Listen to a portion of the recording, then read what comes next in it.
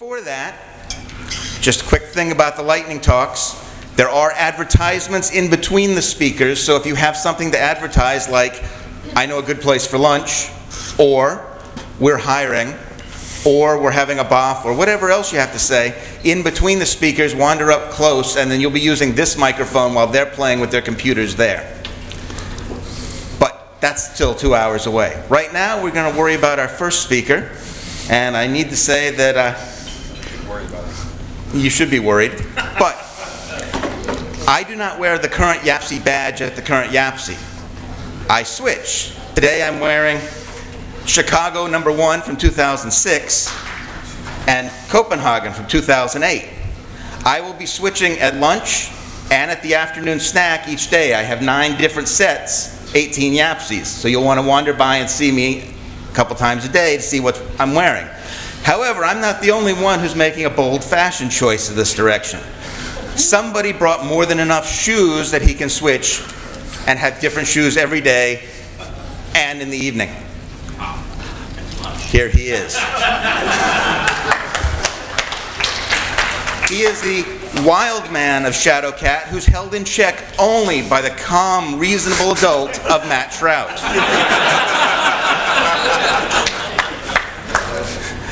The leader of the Untitled Pearl organization that does such neat things as sending a newbie to some conferences. The organizer of several conferences, including London Pearl Workshop, the Dynamic Languages, and the QA Hackathons. And Mark Keating of the TPF. Here he is, marketing.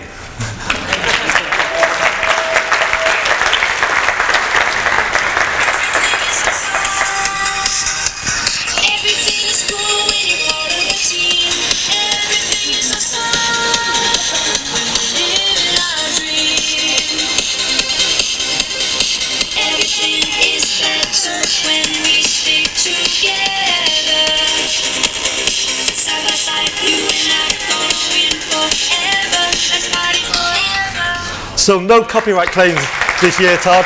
No problems. So when somebody comes on, give them a big woot this year. Give them a big cheer. Every single speaker, every single room. That's what I want to hear, is all of you guys cheering. So come on, let's practice it. You're an American audience. That's what I want to hear. You are in America. That's what you've got to do. If I say, hi, you go, yeah, hi! Okay, so hands up if you're new to a Perl event. Come on, hands up, don't be shy. Or be shy, you're new to a Perl event. Okay, this is aimed at you. Everybody else, take us along for the ride. I don't really care about them that much. It's not, there's something for them as well. So you might have me for longer than you think this morning, because I spoke to Larry already, and he said, you know, you can run over, I've got nothing. You know what the hell you like. So it's fine, I'm here for a while. There's been 1 or 2 rumours of bribery about this talk already. Now, this is spurious. I'm above reproach. That doesn't happen. Those rumours that happen at IRC, nothing to do with me. There's no agreed price for getting your name into this keynote. I would not do that. This is Corey Watson. He's an absolutely super bloke. Corey's in town with a company credit card, and I want you to all go to him and say, Corey, you're fantastic, and I understand you're hiring. So, we're dead. We're declining. In fact, we're deceased. We are no more. We have ceased to be. We have expired and gone to meet our maker. We're a stiff, bereft of life. We rest in peace. We're pushing up the daisies. Our metabolic processes are bleeding history. I'm off the twig. We kick the bucket. We shuffled off this mortal coil, run down the curtain, and join the bleeding choir invisible. And when exactly did that happen? Well, I'm going to blame Slashdot, okay? So, about 2005, and I'm going to give you a date. 2005, February 2005, Slashdot said, Perl is dead. So that's when we died, that's when we got killed. And we went on our own, really, because Slashdot also told us that C was dead, BSD was dead, Solaris was dead, but that was really wishful thinking. Unix was also dead. Quite a lot of things are being killed on Slashdot. They seem to have a bit of a history of saying something's dead or dying. Which is really neat because Slashdot was and is written in Perl. So that's kind of interesting. Not only that, they used as their data Netcraft, which is written in Perl and running on BSD.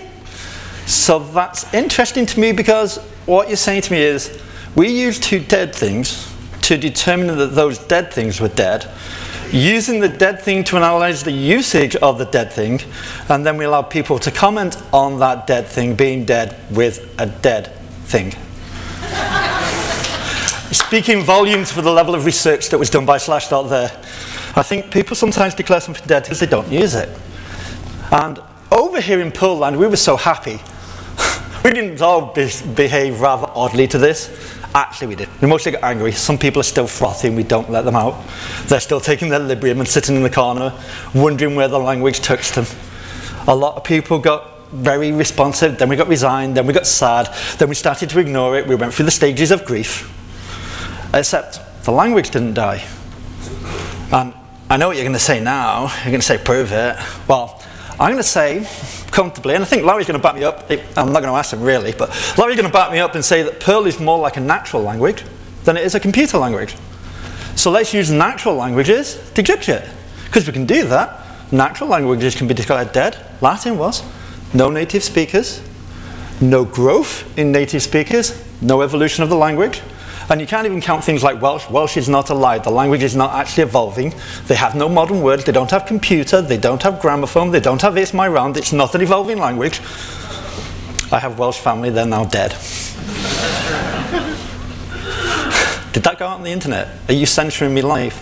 No? Oh, crap. OK, so we can look at how we can prove that Perl is not dead, perhaps. Let's look at CPAN. And I brought some stats. Because I'm going to show you guys some graphs. You know, Dan didn't bring any. I've got them all. So this is the number of CPAN releases each year. And that number shows a steady increase. Interesting. Number of distributions per year. Again, steady increase. Now, that may not be the new releases. That could be re-releases. But it's still a steady increase. And I kind of really like looking at figures. So this is kind of an odd one. This is January and February each year. We looked at this one because there was a big jump in 2008. And it just went bounce. So I don't know what happened in 2008. That was one really crappy Christmas, obviously. Christmas 2007. That was really terrible for most CPAN authors. They just did code. So another important stat, activity. Number of people doing releases each year is increasing. It was once growing by 200 each year. Now it's growing by about 50 each year. But that's more people doing more releases each year. Still a growth. Number of PAWS sign-ups each year is steady. We have an unusual stat here. So 1999 looks fantastic. However, no date stamp till 1999. That's 1995 to 1999. That's why it looks so damn fantastic. We can ignore that one. PAWS sign-ups are steady each year. And that means new people each year. And I like this graph because it's crazy ass. So what we have there is a list of the most active authors on CPAN. And over time, number of releases.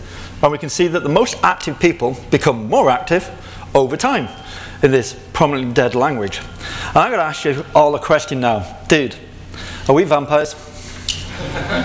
Because we died and we're becoming more prolific. And we're growing our numbers. That's vampirism. And we're feeding off other languages like the sick creatures of the night. Actually, it's not so bad. It kind of fits. Leaving the dried up husks of other languages in our wake as we spread our darkness across the globe. No, okay. But this is not compelling enough. I hear you say, numbers! So, PAWS numbers. And if you don't know what CPAN testers is, CPAN testers test every upload to CPAN against every distribution, against every operating system. I've got some real mega stars over there. So Chris Williams, Bingos, has done about 1 million tests on his own. Now, clearly he automated some of that. But, you know, 1 million tests manually, not going to happen. Well, unless it's really got no life.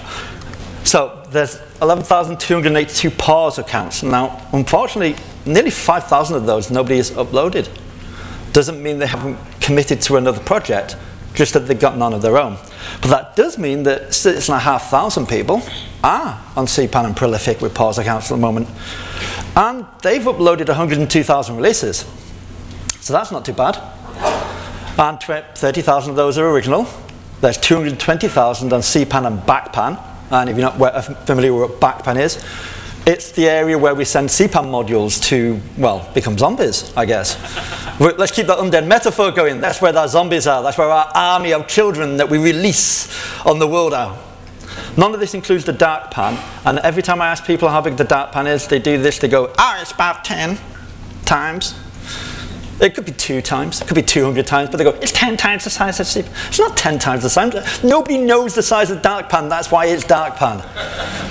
However, because we need a number, there's 10 times the size, so there's 2.2 million in the world. Because that's a number, I can't falsify easily. You'd think I work for other web statistic companies. So this is unique releases to CPAN and BACPAN. And that's the total number of deleted releases now available only on BACPAN. And I know what you're saying now, and I'm saying it with you. We need a few more graphs, Mark. Yeah. We goddamn want to see these graphs. These are lovely. So what I'm showing you now, red line authors, blue line distros. Little letters at the bottom, that's months. And what we have is the number of authors each month who release a distro. So we got 2004 to 2007. 600 to 700 distros, 300 to 400 authors. 2007 to 10, 600 to 1,000 distros, over 400 authors. 2010 to 14, we hover between 1,000 and 1,200 distros from 400 authors. And that's the latest one, so February 2014, that takes us up to. So I'm going to question the definition of this word dead. So 2005, February, we had 309 authors in that month, released 562 distros. And in 2014, 9 years after our demise, we have 445 authors who released 1,056 distros. That's in that month, 445 authors. There's more authors than that. So we got more effective. 2 times the work by 1.5 times the people, really questioning how you define dead in that context, because that's not dead. We should, however, be careful how we analyze numbers. Let's think of our heyday. Apparently Perl's heyday was the year 2000. That was nice. Perl 5.8 was happily dancing through the world. Larry had started a new and ambitious project to keep his mustache under control. And at our heyday, there were 118 authors who released 181 distros. So we're at 4 and 5 times more than our heyday. I really am starting to question the word heyday and its definition in this context now. So at this moment, I'm going to thank Neil Bowers, who did a lot of the polling into CPAN for me, because, hell, I'm lazy. I wanted the figures. I didn't want to go and get those figures. So Neil did all the work for me, and we found some very interesting stuff, and he's going to be talking more about all the interesting little things he found, especially 2008, which we're calling, what the hell? And I'm polling people now. Was 2007 a bad Christmas for CPAN authors? Did you all work? Or you all went to your families and went, I'm not going to talk to them, I'm just going to sit here and code all damn holiday. Because I want to know why that figure changes. So, I wish I thought of this title. A lot of the Perl hate these days seems to stem from this wonderful web service. I think that's the people keeping alive the Perl is dead meme, is this service. And a couple of months ago, a journalist was writing an article, and yet another piece of information came from TOB that said Perl is dead. We have the figures. And so a journalist contacted me and said, we need a quote from the Perl Foundation. And I said, sure, we'd love to engage with you there. What sort of audience do you have? What sort of length do you want in the quote? What time limit have I got to write it in? He said, oh, you got 24 hours for the audience is the internet. So I went, okay. There you go. That works. So I gave a particularly bad quote, and at that time Tim Bunt pointed out these 3 articles he'd wrote to me. That he'd done a bit of research and a bit of talking to people, including the people at TOB, about their service. And he makes a couple of interesting statements. He's quite compelling. So, TOB assumes this: search equals popularity. If you search for food programming, that will reveal the popularity of food programming in the world. It does not matter that the programmers doing food programming will never search for it, or anything like that, but it will reveal it, clearly. And we can all go, yeah, of course. And not only that, it's equal across every language. Because those two stats are comparable. And that's what it assumes. Now, it is fairly easy to pick holes in those assumptions. But it goes a bit further. You see, TOB can be gamed. And the Delphi community did this in 2008. They got their stats raised. They gamed the numbers. Not only that, TOB seemed to think that was a bonus.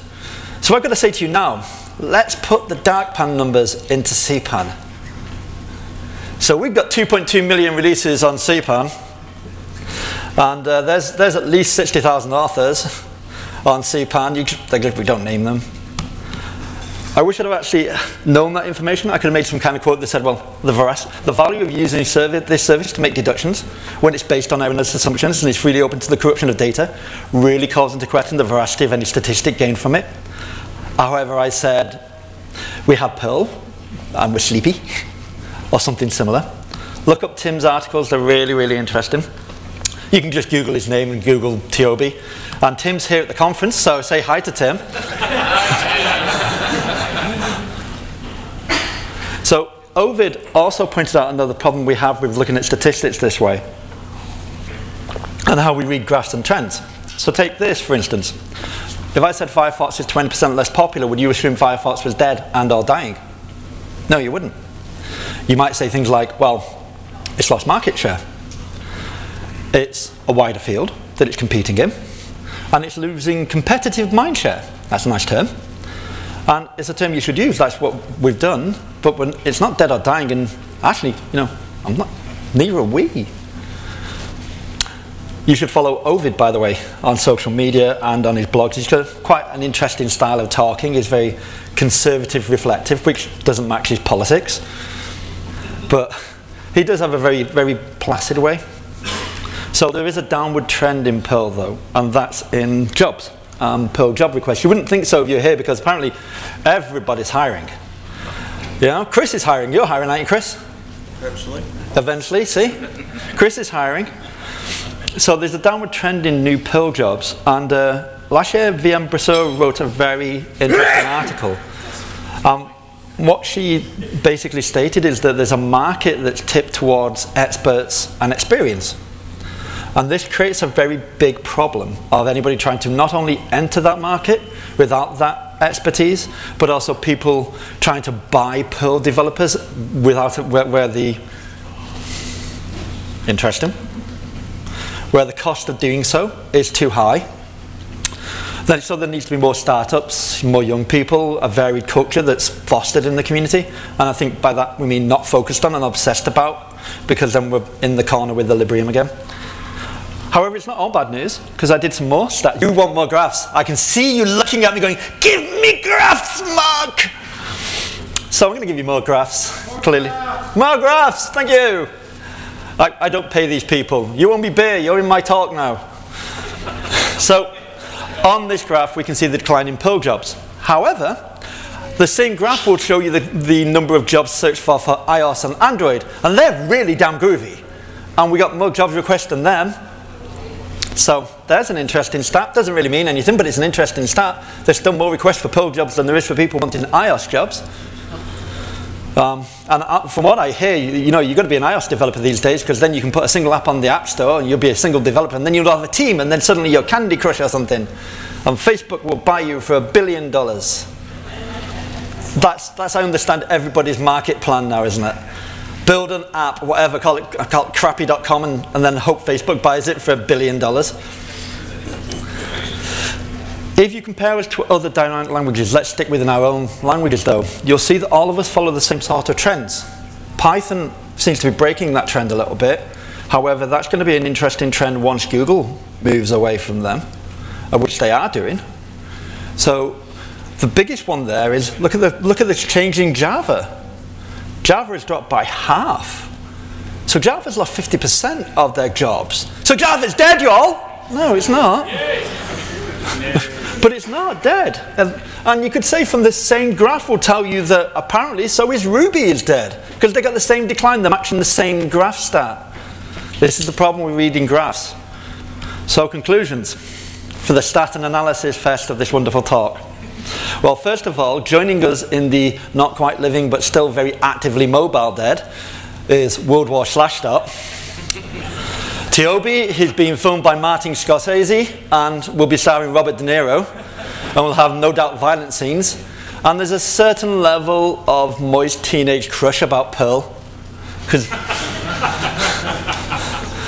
apparently we're vampires, and I kind of like that. So let's talk about our own death now. So we've covered death, great. Now we're alive. So we could point at the language now and talk about the language. However, there's lots of people going to be talking about language and their language stuff this week. That's not what I'm going to talk about. Shadowcat, love Perl. We started off as a Perl shop, we're still a Perl shop. All our clients mostly use Perl. We use some other languages to do specific things, but we generally use Perl, and if there's a solution in Perl, we'll use that solution. Generally, if it's written well enough. Put a slight set of parentheses around the end of that sentence, extract it, and imagine I didn't say it. But if we started in business today and we considered this year, somebody asked us, would you use Perl? Because for a lot of our clients, the same language in the front end and the back end is actually quite good. So JavaScript presents a better model that way. And they use a lot of JavaScript in their front end. Some of them even use JavaScript in the back end that we slam and hammer with Perl until it works properly. But we still work with it, so we could be a JavaScript shop. Except for, so chap here circled at the back, this is David Oswald. David moved back to Utah from California in 2013. He was a member of his local Perlmongers group in California, goes to Utah, finds that it's languishing a little bit, so he helps to set up reviving it. Sets up 10 meetings a year, and they avoid 2 months. They avoid Christmas because, you know, family and everybody's got to write Perl modules. And he avoids the Utah Open West Conference because they all attend that instead. They've attracted old members back to the group. They've attracted some new members to the group. They hold meetings at Mojo and Bluehost, who are wonderful sponsors, and they get sponsored food from them. And they hold technical presentations, and I'm sure they probably consume 1 or 2 amber nectars. Now, David's not here, so he doesn't owe me a beer. Now, they also participate in the Open West Conference, as I said. When he went back there, Perl pretty much didn't have a presence. 2013, they had a day devoted to Perl and got themselves some talks on it. This year, they filled a track for 3 days with Perl. They held their own mini Perl conference inside a much bigger conference and introduced Perl to a whole load of people who thought apparently we were dead. There were between 12 and 75 people at every single talk. They also got Mark Jason Dominus to come in and do a workshop and do talks and, and be upright for once. You know, I've actually seen this guy present and I've never seen him upright. Damien Conway has appeared for them because Damien was in town, so as he always does, he appears at his local Perlmongers group because Damien's a sweet guy. And they want to hold a Yapsy either next year or the year after.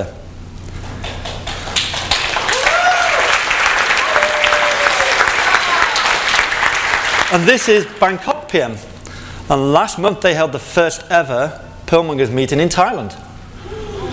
Last month, Enlightened Perl Organisation received an application for a Send a Newbie program for one of them to come to Europe, but he actually said, I prefer to go to Asia, Yapsy Asia, even though you don't run the program there, because then I can see how a Yapsy is run in Asia and hold a Perlmongers meeting in Thailand and then a Perlmongers event in Thailand. I'm not entirely sure I can resist that. I'm going to have to find some money for him and send him to a Yapsy Asia. And this is Cluj PM. They're pretty much, they're sponsored by one big company in Cluj called Everzon, who do a great amount for that local community. And they're a really nice company. They've ranked quite high as supporting and caring of their staff and what they want their staff to do. They hold 3 mini conferences each year. Everzon sponsor guest speakers. In their first year, they mad fools for their opening, got Matt to come along. Then they got me to go along. And then for the second year, they went, we want less crazy, let's get Reba Sushi to go along, and Soya. And after the wonder that was us for, I think they really seriously needed a break, so they asked for somebody nice, and Liz and Wendy came for their second birthday. Now, I'm going to give you some of their numbers. They have 185 people in Cluj.pm. That's who attend their meetings and mini conferences. They've doubled in size in 2 years. They've given 47 talks at their events. That's an average of 8 per event. They've hosted guest speakers from 8 different countries. And they've had attendees from 8 different countries. Interesting collision of figures there, but they're actually different PS speakers in different countries, I think. And they had 25% of all the people who attended their last mini-conference were brand new to that event. So they grew 50 people at the last event. And they also have a really groovy symbol that happens to be a vampire, because, you know, Romania, Carpathian Mountains, Dracul. So that's really ace. So Meta CPAN. Can you spot the original logo? These are all logos from the logo competition. If you can spot the original logo, you win a prize. Dr. John's going to award it. So, original idea for Meta CPAN started in a conversation between Olaf Alders and Mark Jubenville. They envisaged a mobile application because that's what everybody wanted in 2010. And they called it iCPAN. Their idea was to present the latest in-depth documentation from CPAN for offline usage. And as they developed this idea, they thought, hang on, this is a slightly bigger task than we first imagined. So they thought, oh right, okay, it's a web service, and that's not going to be difficult to provide. So they had a conversation with Philip Smith and decided we want to use Elasticsearch because it's brand new and groovy. And you know, when you're starting a new project, you always start with all the newest things. That's never going to cause a problem. And you wouldn't ever have a larger than anticipated indexing issue. It was sponsored on the fly by their local Perlmonger groups. They knew they needed something more than free hosting. So they got a load of money from the local Perlmongers group who threw money in, and the very badly named CPAN API was born. To this day, that is actually the name of the thing, and they really wish they'd have called it Meta CPAN from the start. Olaf completed the API. That was his side. Mark came along and he built a JavaScript search service on top of it, and search.metacpan.org was born. This was given some Twitter icons, and people were left alone, as they say, to kick the tires, or in other words, to make it fall over at rapid speed. But however, this was done by December 2010. So in 2 months, they went from their idea to their service. And we had Meta CPAN in 2 months.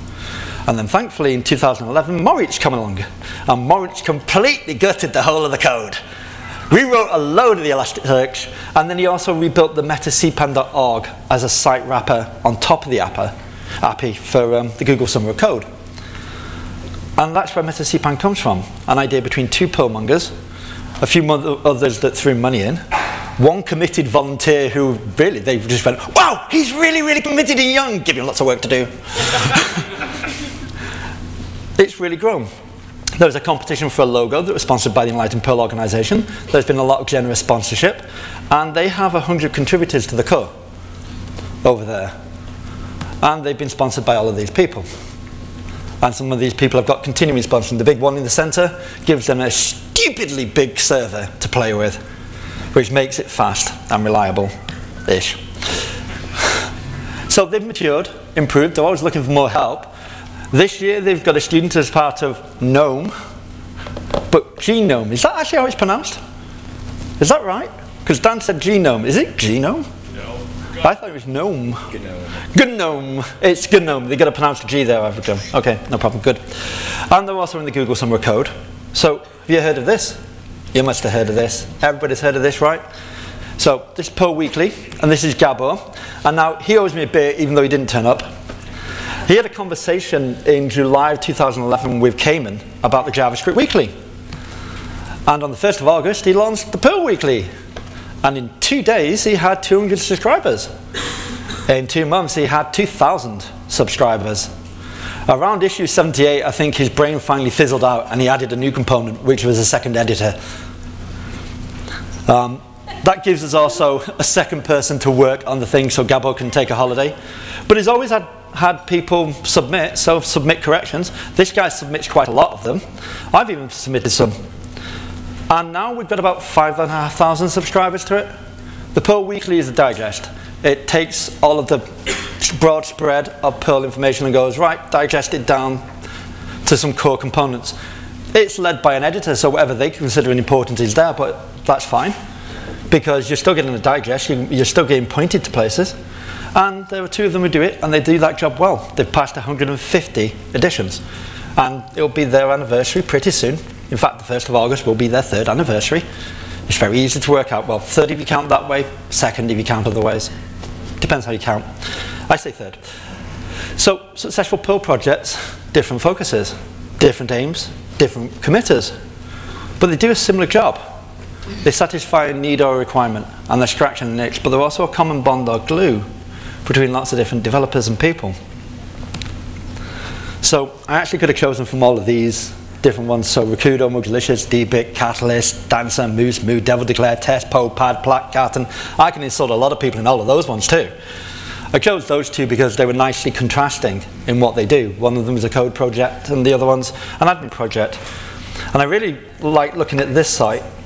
I recommend you go here. If you look at the bottom corner, there's a little tiny animated map of CPAN, and I like this place.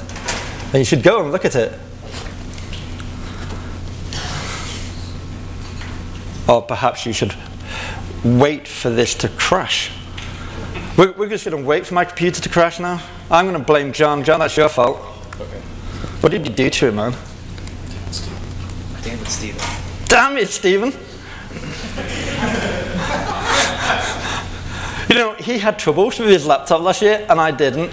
So he's just, I just inherited them from them. So I think you all know who this is because he's been up here once today. And you all should really thank him. Because Dan's the man. He's an essential part of the machinery that enables you to be here. He said, I'm the treasurer. And that's all he said. I hold the money and show graphs. Dan's a graduate of the University of Pittsburgh. Rare in this world. He's worked at the same company since he's graduated. They're a cool company though. They do a lot for Perl. They sponsor Perl events. They give service to the Perl Foundation, their pair networks. And Dan's really enjoyed working for them. And while he's been able to work for them, they've also, I think, been very supportive of him, because he's also, aside from that treasurer bit, he started the Pittsburgh Perl Workshop, and he's been helping to organise that ever since. He was also on the organising team for a Yaxi 5 years ago, and that was a really successful event. And as treasurer of the Perl Foundation, he does a lot of talking to you people and has to prepare reports, which is actually really quite difficult. And he creates a yearly report that he prints out, and he created that sponsorship perspective that you're all taking away. He put all the work into that, really. And you know what? He does a bit more. He's also active in his local community. I don't know how he finds the time. Obviously, pair networks let him have a lot of time off, because he's also a prominent and key member of the local scout movement and a father. And I have 2 small kids. That's a full-time job. Doing all the stuff that Dan does as well, and having 2 kids, wow. You have to be impressed by it. So when you see Dan, don't just think about, there's that man who said that we should take this sponsorship perspective. Smile at him. Say hi. Because he's actually generally happy to meet people. He'll be glad if you're happy. He'll be glad that you're having a great time here. And he'll be happier knowing that it's all working well. So the Google Summer Code I mentioned. And last year we took a hiatus. If you know about it, then you know about it. If you don't, we don't. We don't talk about it. It's like going to Vegas. We don't go to last year's Google Summer Code. But what happened there stays there. This year we have some great students. So this is Bart, and he's working on a JIT compiler for MoreVM. And he's doing that with Jonathan Worthington. I found out yesterday that Jonathan Worthington is only 28 years old.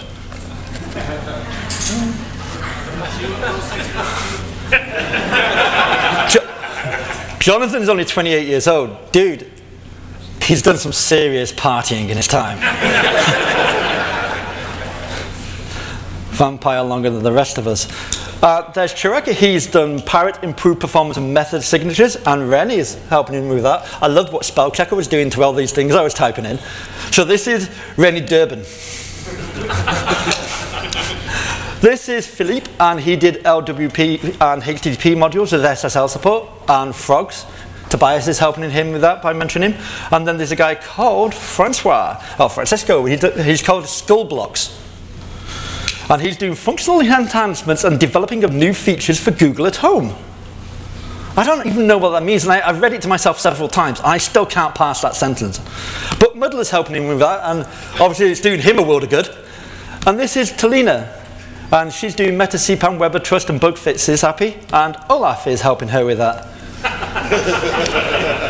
But they're not the only people. There's a lot of backup mentors and people going to the channels, so I should tell you there's Timo, there's Maurice, there's Bruce, there's Will, there's Taddy, There's Randy, and then people on the admin side. There's me, apparently I do something. There's Karen, Paulie, and there's Jonathan Leto. We had to do work as well. Right now they're in midterm, so if they're watching this, do not watch this. Put your midterm assessments in now. I'm serious, now. So I'm hoping this year we'll also revive the Google coding, because when we did that, that was a lot of fun as well, which means to say it was extraordinarily stressful and a lot of hard work. But it was a lot of fun. So, small thing. Why does Shadowcat use Perl? If we were a startup today, we actually might choose JavaScript. As I say, it satisfies a need in clients. But you know, we might also just choose Perl. There's a lot of maturity in the language. There's a lot of breadth of products, and there's that other essential part. The bit that actually breathes life into a community, that's what breathes life into Perl. That would be all of you. That's why we love being part of this. And I'm going to give you a call to action, so there's some things you can do. You're not just here to enjoy yourself, people. I expect stuff. If you do stuff and you're like, I already do stuff, do more! I expect stuff. Work as hard as Dan. That's the level I'm holding you all up to now. If you haven't got kids, get some kids.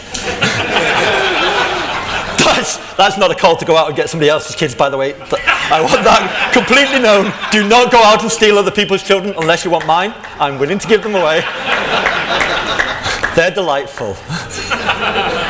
My wife is watching this. So, she's 5,000 miles away and I'm never going home. Use the hallway track. Use the buffs, the meetings, the socials, the in-between times. Meet together with some people you never know. 2 years from now, I might be talking about you and whatever craply named meta CPAN you made. They're a great way of meeting new friends and people. They're where we get our strong relationships from. And this guy makes a good argument. Damn him. Networking, the conversations around Yapsy are often more important than the talks. More important than this talk, anyway. Don't be afraid of who you talk to, no matter who they are. This is Karen Paulie. She's not an angry badger. That's Sungo, and we usually leave him hid on the bottom of IRC, and we don't let him out till the foaming stops. Karen would really like to say hi to you, and she'd really love it, but you know, don't crowd her, because too many people around Karen means she can't see the bar. I mean, she doesn't like it.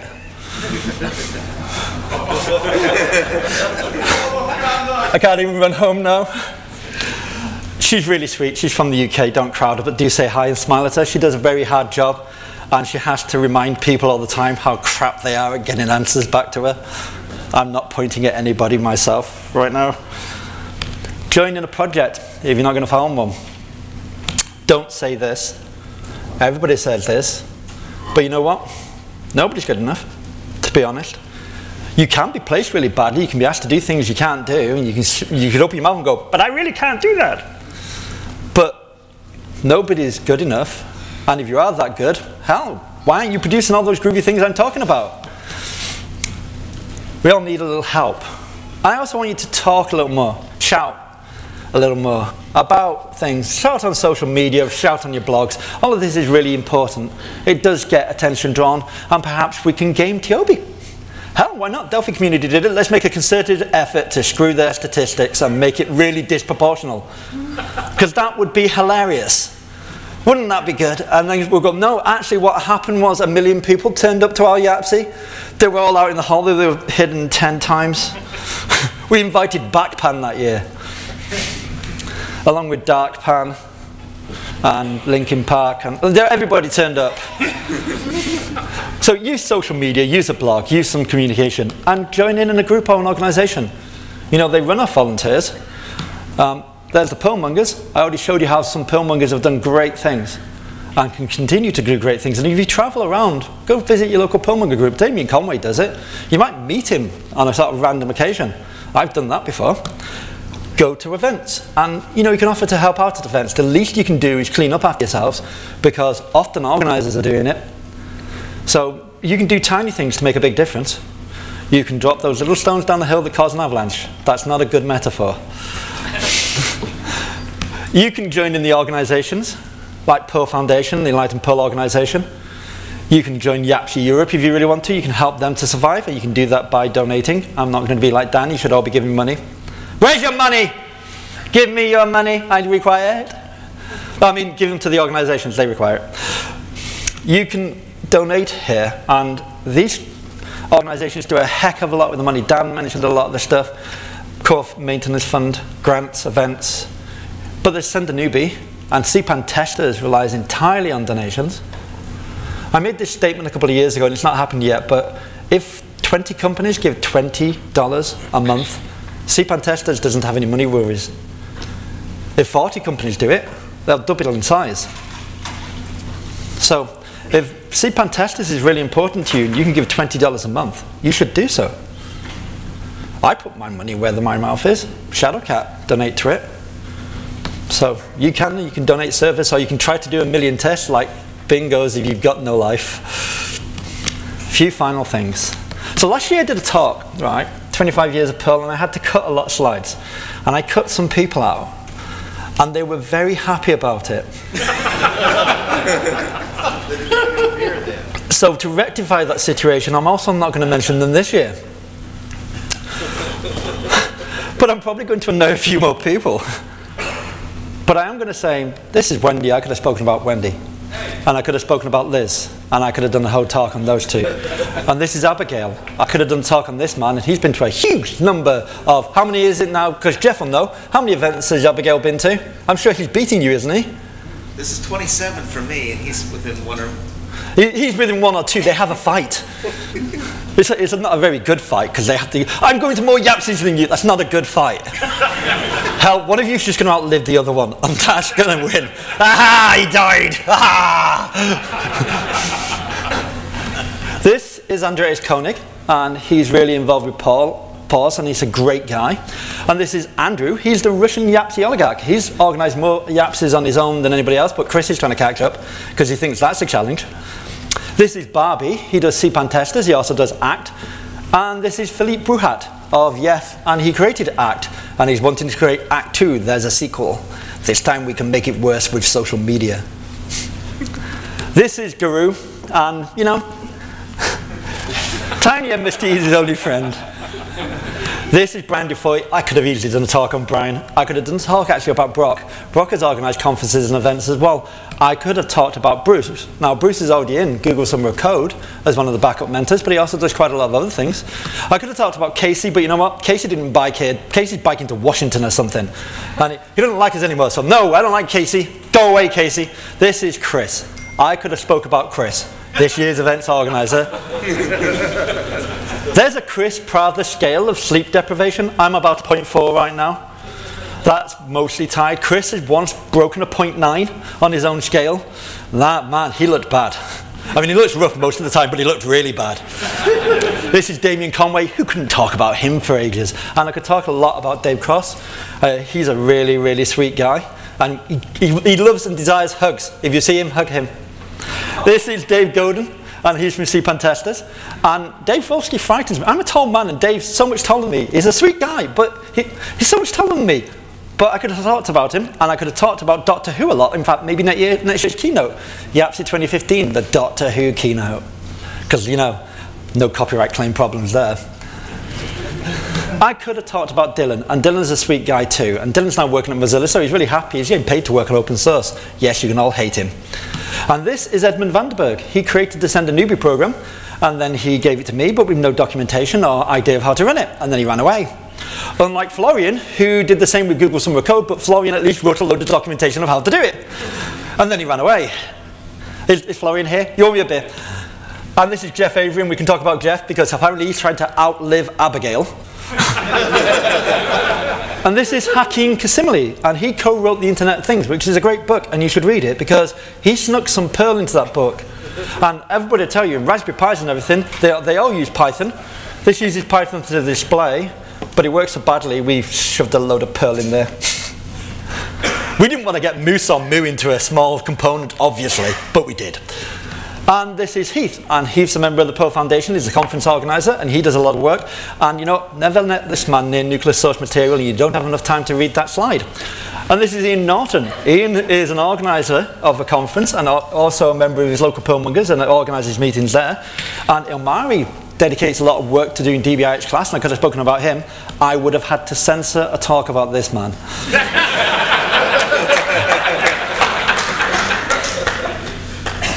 I have no fantastic picture of my own from Jacinta, but I could have spoken about Jacinta, and anybody can talk about Paul Fenwick, including himself. He should have come. It's his own fault.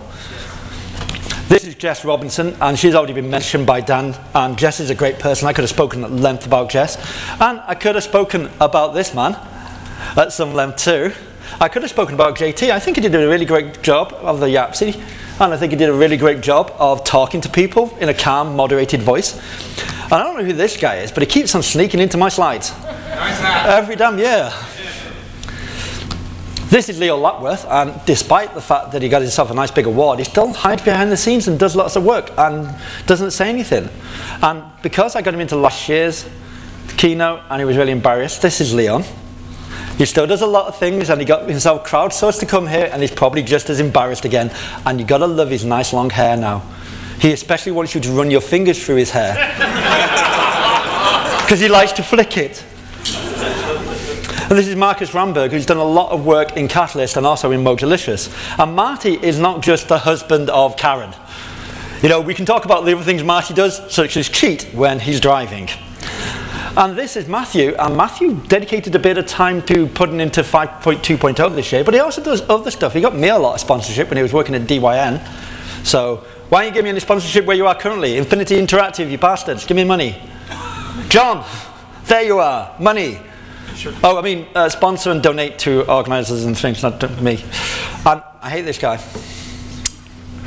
And he buys me beer, and he's sweet, and he's really nice. But he's got a great accent, and he's quite attractive. That's not fair. How is that fair that he's smart, nice, attractive, with a great accent? That's just, there's no part of that that's actually fair. And Mataldu is really shy, he always looks away from the camera, and he's going to be so happy that you all know what he looks like now. And anybody could talk about Miyagawa for a great length of time. They really could. This is Paul Johnson. He did the Google Code on a couple of years ago. He did a fantastic job. It really tired him out. I'm hoping to persuade him to come and do it again. And I don't know who the hell this guy is, but you know, I understand he might work at Booking. So, if you see Nick, go talk to him. Apparently they're hiring. And there are children in Lancaster who are now scarred for life for the things we did to that penguin. This is Piers Corley. Go seek out his Child of the Library song. It's an English folk song on Google, and it's brilliant. And this, everybody knows Randall Swartz. Come on, this is Randall. We could all talk about him, but we don't need to. He can talk for himself, and does, at length. This is Ricky, and somebody should do a talk about Ricky. Just to embarrass him. Maybe you can stand next to them while they're doing the talk. And this is my dealer. He got me hooked on hardware. He's great. He's a nice guy. I don't like this guy though. Not liking this guy. He's going to make me look bad. So I don't like this guy at all. Screw him. And this is Stephen, and I could do a talk about him. I could do a talk about Moraine Brand. Really. Moraine has actually pretty much supported a whole series of modules all on his own for years, and he tells you about them, but because I'm not as intelligent as him, I don't understand. He tells me at length every time as well. I get him to tell me, and I still don't get what he does. And this is Yakov, and if you are a newbie, find this man. And right now, those were just people I could trivially grab images of, but they're people who contribute. So before coming here, like the last week or so, I read this article of somebody who's coming to Yapsy, and every time they've come before, they come with some people from their company, and they've had a great time. And this time they were a bit filled with trepidation because they were coming on their own. But they still wrote this great article. And the 5 words that I really like is, it helps me make myself. On their own, they're just really powerful words. But that really is why I love this community and why Shadowcat stay using Perl. It's all of those. And they're also that life. So, thank you very much.